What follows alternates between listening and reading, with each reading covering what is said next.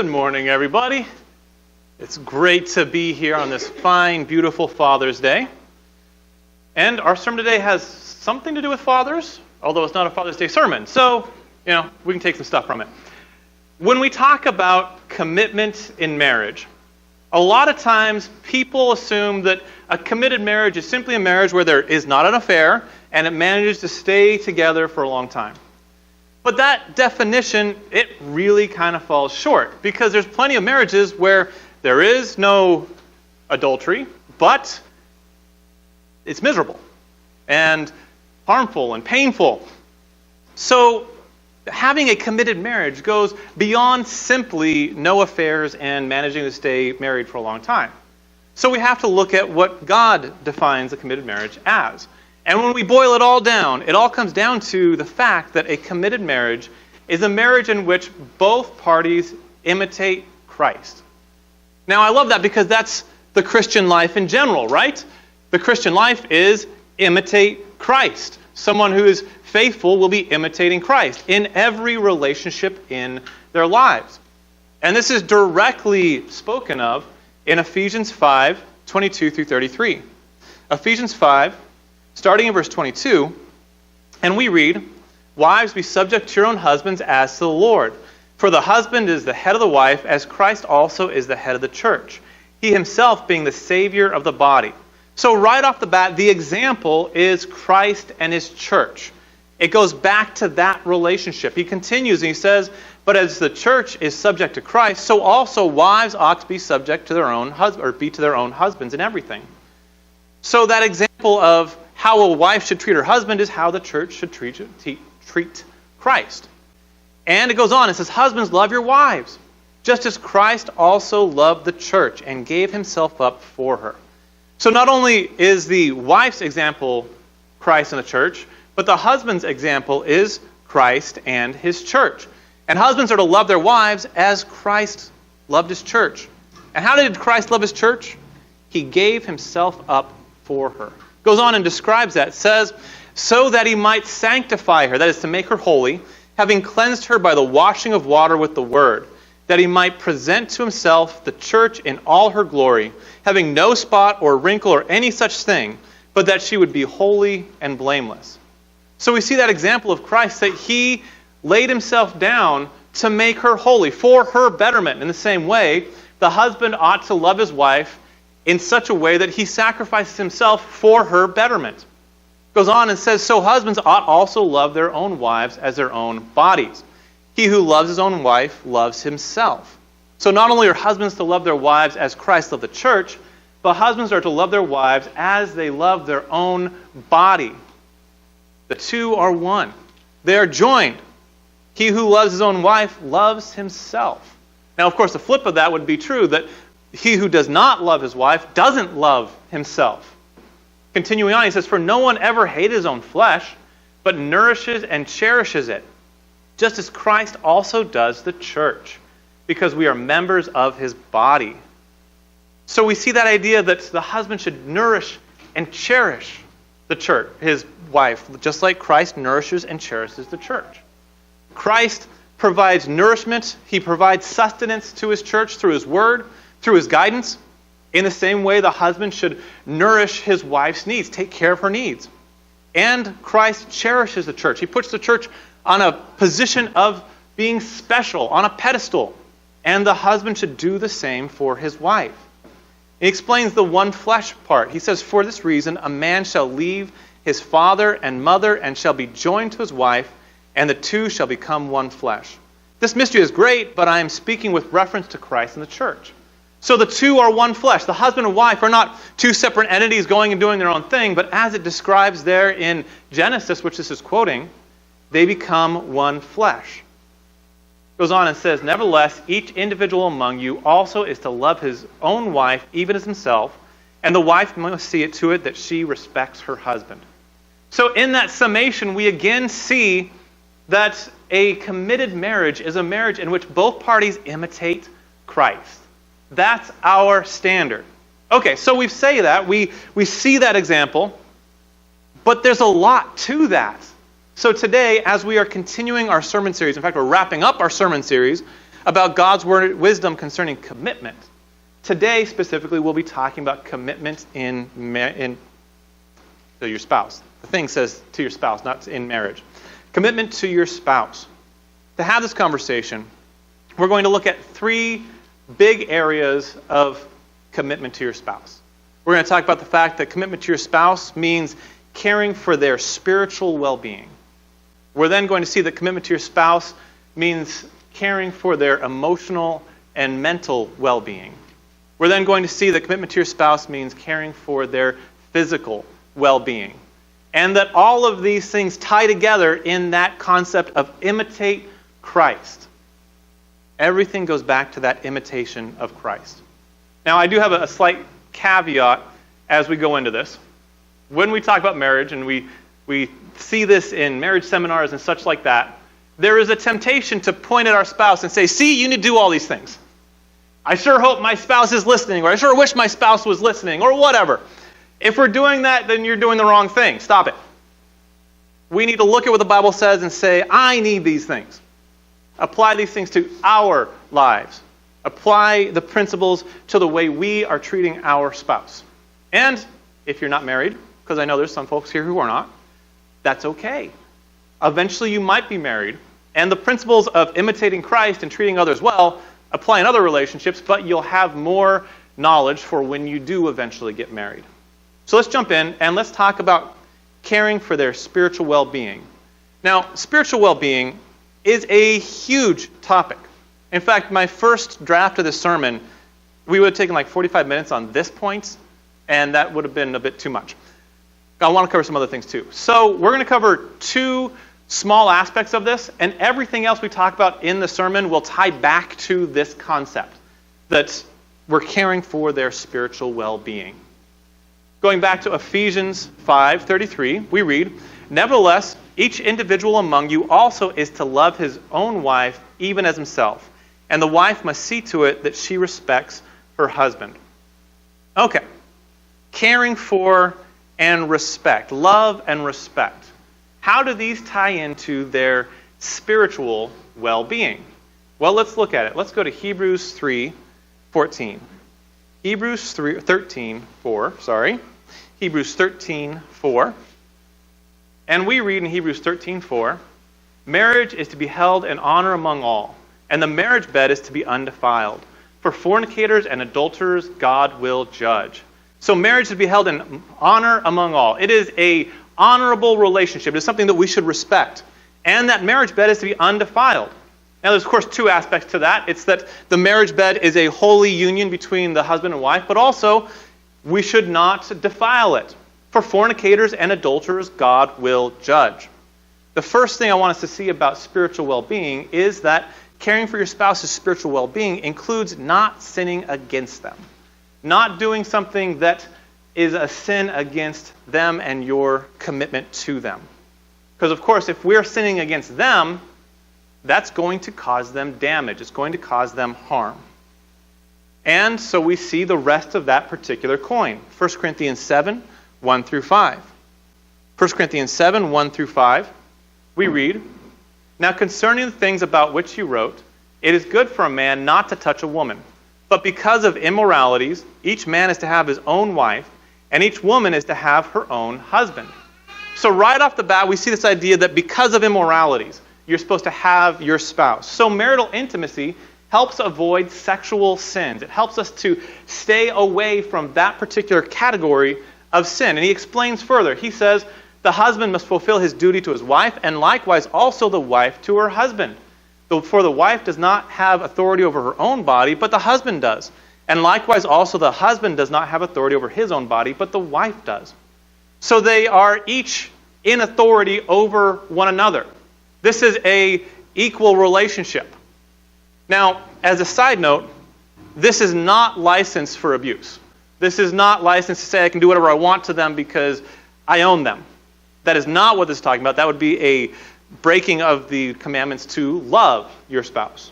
He goes on, he says, "Stop depriving one another, except by agreement for a time, so that you may devote yourselves to prayer, and come together again so that Satan will not tempt you because of your lack of self-control." So he says, don't deprive one another. You can for a short time by agreement to commit yourselves to prayer. But he says, come together again so that Satan will not tempt you because of your lack of self-control. And I know they say this almost every time we read this passage, but I love how it says, because of your lack of self-control. He doesn't say if you have a lack of self-control. He doesn't say some people have a lack of self-control. He says, yeah, you're human. You have a lack of self-control. Get used to it. Deal with it. Learn to avoid that situation. So we see here that caring for your spouse's spiritual well-being includes helping them avoid sin. So not just is it don't sin against them, but help them to avoid sin. And that goes not just in the sexual realm, but in life in general, helping them to avoid the sins that they are tempted toward. Now, of course, there is more to spiritual well-being than simply avoiding sexual sins. There is, in fact, a ton in Scripture about helping others with their spiritual well-being. So everything else we're going to talk about in the rest of the sermon is going to play a part in caring for your spouse's spiritual well-being. It all goes together. We can't really separate them completely. So rather than having this point be incredibly ballooned, everything else plays into this same concept. So with that in mind, let's move forward and talk about caring for their mental and emotional well-being.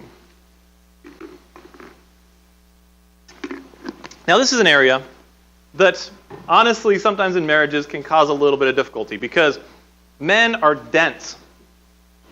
Father's Day. Happy Father's Day. We're dense. We often don't get our wives' mental and emotional needs. We don't notice them or we don't understand them, where women are naturally wired to pay attention to others' mental and emotional well-being. It's the way that God designed them. That's why they're our helpmeet, right? They make up the things that we are deficient in. So we need to make sure that this emotional and mental well-being is cared for. And quite frankly, most of this section is going to be talking directly to the husbands because wives, you probably have a good idea on this anyways. Husbands, we're dense, so we need to see the commands to take care of them. Going back to Ephesians 5:33, it says, nevertheless, each individual among you also is to love his own wife even as himself. And the wife must see to it that she respects her husband. That idea of loving your wife as you love yourself. You know, when you are sad, you want to have someone help you feel happy. When you are depressed, you want someone to help you feel better. When you're mentally concerned or under anguish, you want someone to help you with that. And we want to treat our wives with the same care that we would want to receive. In the same way, for a man, respect is a big part of his mental and emotional well-being. And so he says, wives, respect your husbands. Let's dig into this a little bit more in 1 Peter 3, verse 7. 1 Peter 3, verse 7. And we read, you husbands in the same way live with your wives in an understanding way. Again, the simplicity and directness of that command. Dude, be understanding of your wife. That, I would love to say that that should be something that is a given, right? But it's not. Again, men, we tend to be dense. So he tells us, be understanding of your wives, because quite frankly, women and men have different emotional needs. And very often, we don't understand their needs. There are times my wife will cry, and I don't know why she's crying. And I ask her, and she says she doesn't know why she's crying. I don't understand that. But I take care of her, because she's part of me. In the same way, there's other needs that come in that we may not understand. Well, the husband must strive to be understanding of those needs and to care for those needs. Even if he doesn't necessarily understand them, even if he doesn't necessarily connect with them, if she has a need, it is his need. Goes on and says, you husbands in the same way live with your wives in an understanding way as with someone weaker, since she's a woman. Now, is that somehow saying that women are inferior or something? No, it's not. It is saying that women's emotions are often more fragile than a man's. Thus, a husband must be gentle with his wife. And I've seen this play out in friends' marriages where guys, we get together and we're gruff with each other, right? We rib each other and we'll throw little insults at each other and it's just, boys having fun. But then if you go back and you do that same thing to your wife, you cause her literal damage. You harm her. And then the man says, I'm just treating her like I do everybody else, but she's in pain. See, women's emotions are often more fragile. And we have to treat them as though they are more fragile because we love them. We care for them. A similar analogy could be that you're more careful with your pinky than you are with your elbow. You ever thought about that? You knock your elbow on a wall or whatever. You smush your pinky? It's still part of your body, but you treat it with more care. Same with your baby toe, right? You smash your baby toe on something, and you're limping for hours, and it hurts like nobody's business. But that same amount of force on your elbow, who cares, right? Doesn't make that part of the body any less important. Just needs more care. Goes on, he says, and show her honor as a fellow heir of the grace of life. Show her honor. Hopefully, we're married to a Christian woman. Hopefully, you're married to someone who is a follower of the Lord. Whether she is or not, she's still a human being. We need to show our wives honor. That means put them in a special place. Give them respect. See, a husband must never treat his wife in a demeaning way, in a way that cuts her down or makes her feel worthless. Instead, treat them as you would want to be treated. Again, it goes back to that concept. What did Jesus say? Treat others the way you want to be treated. Husbands, love your wife as Christ loved the church. Husbands, love your wife as your own body. None of us likes to be cut down or demeaned, so we should not do that to our spouse. Now this is the part that really is the kicker in this verse. Show her honor as a fellow heir of the grace of life, so that your prayers will not be hindered. You see what he's saying there? He's saying that the way a man treats his wife directly impacts his spiritual life. That if he is not living with her in an understanding way, if he is not treating her with the honor she needs, if he is not treating her as if she is breakable, then it will keep his prayers from working. It will hinder his prayers. So we have to ask ourselves, as husbands, do we feel like maybe our prayers are hitting a brick wall? Like they're not doing anything? Well, look at how you're treating your wife. Are you treating her the way this passage says? Or are you doing something that will be hindering your prayers? So that was mainly aimed at the men. Now let's look at an element that is for everybody. Let's go to Ephesians 4. Ephesians 4, verse 29. And this doesn't apply just in marriage. This applies to any relationship. Ephesians 4, 29. And we read, let no unwholesome word proceed from your mouth, but only such a word as is good for edification according to the need of the moment, so that it will give grace to those who hear. Let no unwholesome word proceed from your mouth. See, we should never utter words that cause damage to our spouse. And these unwholesome words could be any number of things. They could be profanity, they could be dirty jokes, they could be cutting words, they could be words that cause damage or dig at sore spots. We should never utter words that cause damage to our spouse. Now, sometimes we make an accident, right? We do something, because men are dense, and we do something that causes pain. We should immediately try to make it right. We should never intentionally do something that causes harm. It says, but only such a word as is good for edification according to the need of the moment. Applying this to marriage, we should always lift up and encourage our spouse with our words. That should be our goal in everything we do with our spouse. Everything we say to our spouse should be aimed at encouraging them, building them up, making them feel special, because they are. And that's for the men, for the women, going back and forth.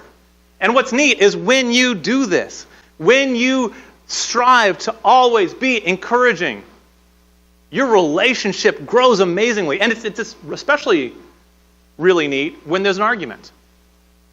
You have a disagreement. You don't see eye to eye on something. And if both parties are striving to be edifying with their words, even in the argument, you know what? You don't have a screaming match. You end up with two grown adults acting like adults, working through an issue and coming to a good conclusion. Goes on, he says, so that it will give grace to those who hear, but only such a word as is good for edification according to the need of the moment, that it gives grace to those who hear. Giving grace, unearned or unmerited favor. Sometimes we may feel like our spouse deserves a smackdown. Sometimes we may think that our spouse may deserve a verbal lashing. Well, God gave us grace first, right? We've done things that deserve those lashings. And He gave us grace. We should pass that grace on to our spouse. Well, really to anybody we're talking to, but we're talking about our relationship with our spouse today. We see in this that our words have the power to hurt or to heal. And we must choose to cause healing, to cause edification, to cause growth. And in so doing, we will be caring for the mental and emotional well-being of our spouse. So we've looked at caring for their spiritual well-being. We've looked at caring for their emotional well-being. Let's now talk about caring for their physical well-being. Continuing on again, Ephesians 5:28 and following, we read, so husbands ought also to love their own wives as their own bodies. He who loves his own wife loves himself. For no one ever hated his own flesh, but nourishes and cherishes it, just as Christ also does the church, because we are members of His body. A huge part of that is caring for physical needs. That's that nourishing part. And of course, there is aspects of nourishing that are verbal, emotional also. But this idea of caring for their physical needs goes a long way to that nourishment, to loving your spouse as your own body. You see, your spouse is part of you. Therefore, their physical well-being is your physical well-being. And this is not just making sure they have food and housing, but this is also their medical needs, making sure that we're taking care of their health, their clothing, everything that has to do with their physical well-being, because they are part of us. And their needs are our needs. This is driven home in 1 Timothy 5, verse 8. Now, this section in 1 Timothy 5 is not directly talking about marriage. It's talking about widows, and specifically the church taking care of widows and who the church should and should not take care of. But verse 8 has a statement that applies to the entire family, including the marriage relationship, where he says, but if anyone does not provide for his own, and especially those of his household, he has denied the faith and is worse than an unbeliever. Now this goes for the whole household. This goes for spouse, children, but also widows. And doesn't directly say it, but we could also take it to a disabled father or something of that nature. But you notice what it says there. Anyone who does not provide for his own, especially those of his household, he has denied the faith and is worse than an unbeliever. Now someone may say, well, how does his relationship with his family connect to denying the faith? Well, husbands, love your wife as your own body. Love your wife as Christ loved the church. If we refuse to do this, we're refusing Christ's example. We're refusing to be submissive to example, and we've denied the faith. But not only have they denied the faith, he says they're worse than an unbeliever. See, failing to take care of our spouse's physical needs is a sin. And we need to pay attention to that, because sometimes our spouse may have needs that we do not have. We need to care for those needs. We need to be there for those needs, because it is part of our spiritual life. But this doesn't all have to be do's and don'ts. There is also joy in this. Let's go to Ecclesiastes 9. Ecclesiastes 9, 7 through 9. Ecclesiastes 9, 7 through 9. Now in Ecclesiastes, Solomon talks a lot about things that are empty and things that are not empty, things that are worthless and things that are worthwhile. And in this section, he gives us something that is worthwhile. He says, "Go then, eat your bread in happiness and drink your wine with a cheerful heart, for God has already approved your works. Let your clothes be white all the time, and let not oil be lacking on your head.